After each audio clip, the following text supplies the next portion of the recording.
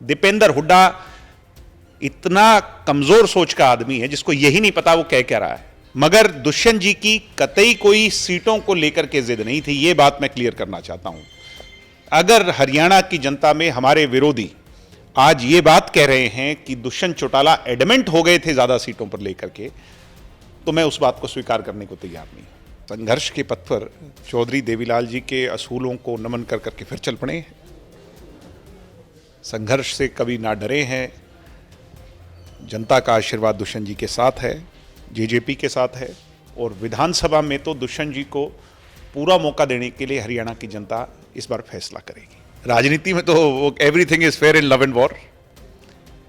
हम सत्ता में सुख भोगने के लिए नहीं गए थे, हम काम करने के लिए गए थे। हमने 4-5 काम किए, एक आधा रह गया। दुष्यंत जी ने कहा मैं चुनाव भी नहीं लड़ूंगा अगर 5100 पेंशन कर दोगे। इससे बड़ी बात तो कोई कह ही नहीं सकता। खुल के अपनी मन की बात बताएं।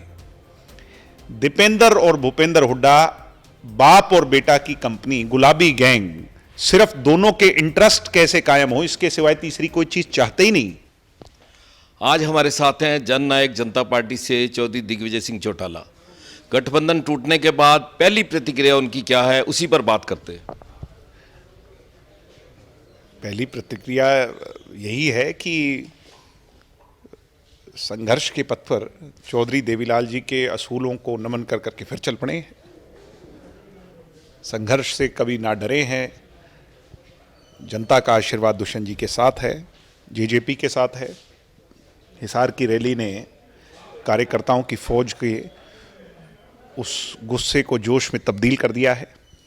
पार्टी में नए लोग सम्मिलित हो रहे हैं। नित नए लोगों का पार्टी में आना जारी है। कुछ लोग जो सत्ता में रहते हुए किन्हीं भी कारणों से हमारे से दूर हो गए थे, आज पुनः दुष्यंत जी को गले लगाने का काम उन लोगों ने किया है, अपना आशीर्वाद देने का काम किया है।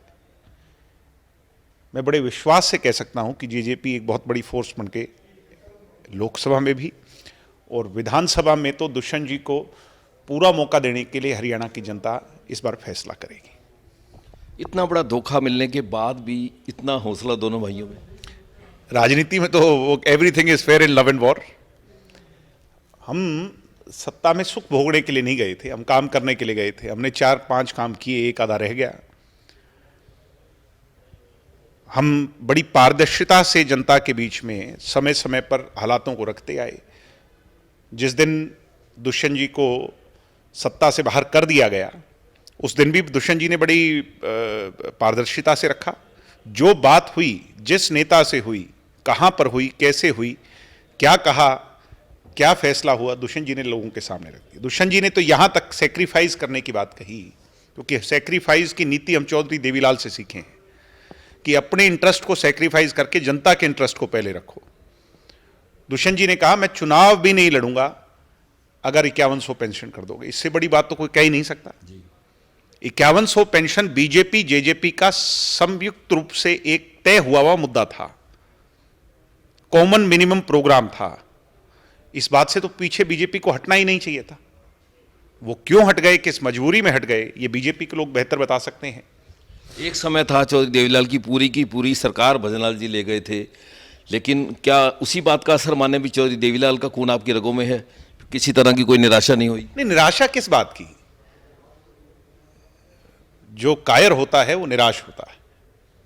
हम चौधरी देवीलाल का खून हमारी रगों में है और उससे जो हमें हौसला मिलता है, जो ऊर्जा मिलती है, और बार बार जब भी इस तरह की बातें आती हैं और संघर्ष की आग में अपने आप को झोंकने की बात आती है, तो चौधरी देवीलाल की मूरत की तरफ एक बार देख करके फिर चल पड़ते हैं और मजबूती से लड़ेंगे।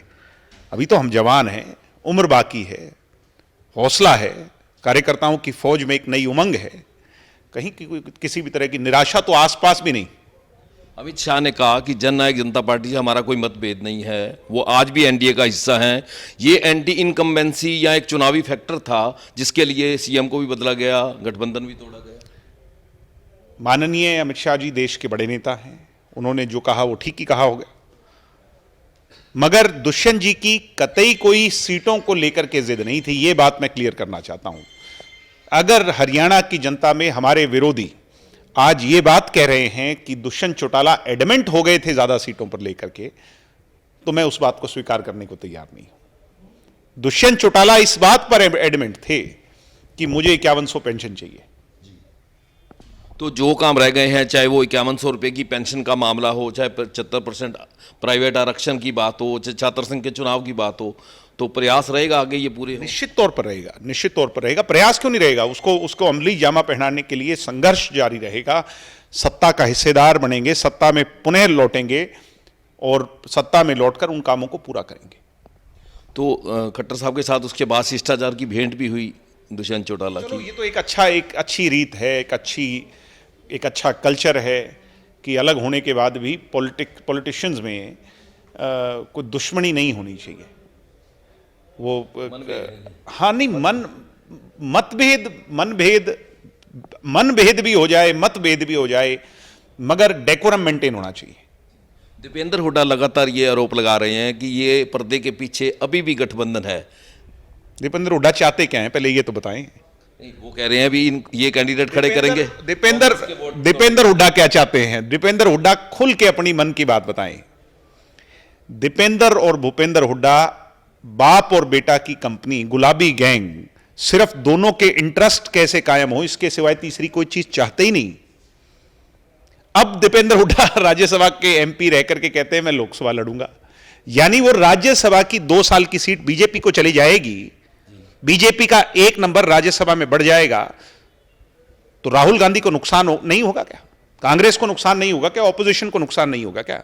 दीपेंद्र हुड्डा इतना कमजोर सोच का आदमी है जिसको यही नहीं पता वो कह क्या रहा है। दीपेंद्र हुड्डा ने यह भी बयान दिया कि अगर इनको रोहतक सीट ऑफर हुई थी, अरे रोहतक इन्होंने इसलिए नहीं लड़ा भी, इनको हार दिख रही थी। अगर इतना घमंड में हो, अहंकार में हो, तो एक बारी खुले मैदान में कहो कि आके लड़े और हम लड़ेंगे चुनाव। राज्यसभा से इस्तीफा दे। नहीं, वो तो लड़ेगा ही, वो तो लड़े ना लड़े, वो तो चलो कांग्रेस का मामला है। वो बाप बेटा दोनों ये मिलकर के कहें कि जेजेपी के लड़ने से अगर कोई ऑपोजिशन को नुकसान नहीं होता तो हम चुनाव लड़ेंगे रोहतक से, क्या दिक्कत है? अब आप मैं यही नहीं कह, मैं बार बार यही तो पूछ रहा हूं, दीपेंद्र हुड्डा भूपेंद्र हुड्डा चाहते क्या है? हम राजनीति छोड़ दें क्या और खुला पैसेज दे दें इन लोगों को, जिन लोगों ने हरियाणा के अंदर जाति पाति का जहर घोला, जिन लोगों ने रीजनलिज्म का, क्षेत्रवाद का जहर घोला, जिन्होंने हरियाणा को 30-40 साल पीछे धकेल दिया, इनको केक वॉक दे दें। ये बहुत नासमझ हैं और अपनी नासमझी को जितनी जल्दी दूर करें उतना ही ठीक है। दुष्यंत जी ने बयान दिया कि मैंने ये कहा था कि आचार संहिता लागू होने से पहले खराबे की, जो फसल का खराबा हुआ है उसका मुआवजा दिया जाए और स्पेशल गिरदावरी की जाए। हाँ, तो सरकार उसमें, अब दुष्यंत जी जब वहाँ बैठे होते थे चंडीगढ़ में, तो कभी भी किसान की फसल पर खराबा आता था तो उसको बहुत सख्ताई से निपटते थे। और पिछले 4-4.5 सालों में जितना मुआवजा किसान को दुष्यंत जी ने दिलवा दिया, ये हरियाणा का इतिहास है कि किसी सरकार में नहीं मिला, यहां तक कि हमारी पुरानी सरकारों में भी नहीं मिला। लोकसभा की सीटों का क्या आपकी पार्लियामेंट बोर्ड क्या कह रहा है, कितने सीटों पे लड़ेंगे?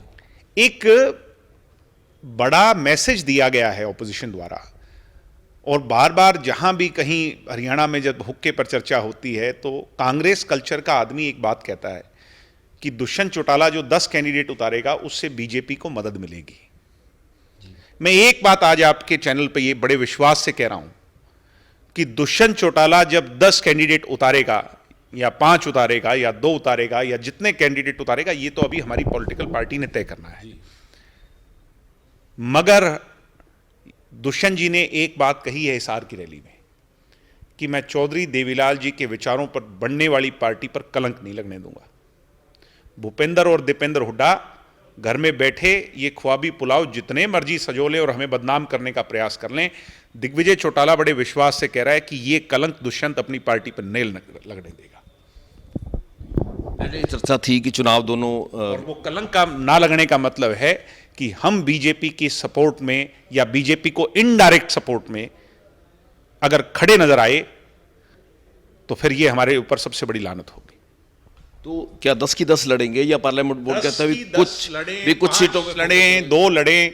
ये मैं तभी तो कह रहा हूं, यही तो मुझे समझ नहीं आता। जब दीपेंद्र हुड्डा ये कहता है ये दुष्यंत चौटाला भाग गए, तो चाहते क्या हो ये बता दो। जनता को ना समझते हो क्या? जनता सब देख रही है। कहीं ये जनता ही हमें प्रोत्साहित करके ये कहे ना कह दे रोहतक लड़ो और फिर दीपेंद्र हुड्डा का वो हश्र हो जाए जो कोई सोच नहीं सकता। तो क्या पार्लियामेंट्री बोर्ड इस बात पे भी फैसला कर सकता है कि किसी और पार्टी के साथ गठबंधन हो जाए? हो सकता है। राजनीति के अंदर जो वैचारिक समानता के लोग हैं, जिनसे विचार मिल सकते हैं या जो आपके साथ काम कर सकते हैं, उनसे समझौता किसी भी स्तर पर हो सकता है, किसी भी राजनीतिक दल से हो सकता है। तो ये थे जो दिग्विजय सिंह चौटाला, जिन्होंने कहा कि राजनीति में सब कुछ संभव है। हरियाणा तक के लिए सिरसा से बलजीत सिंह।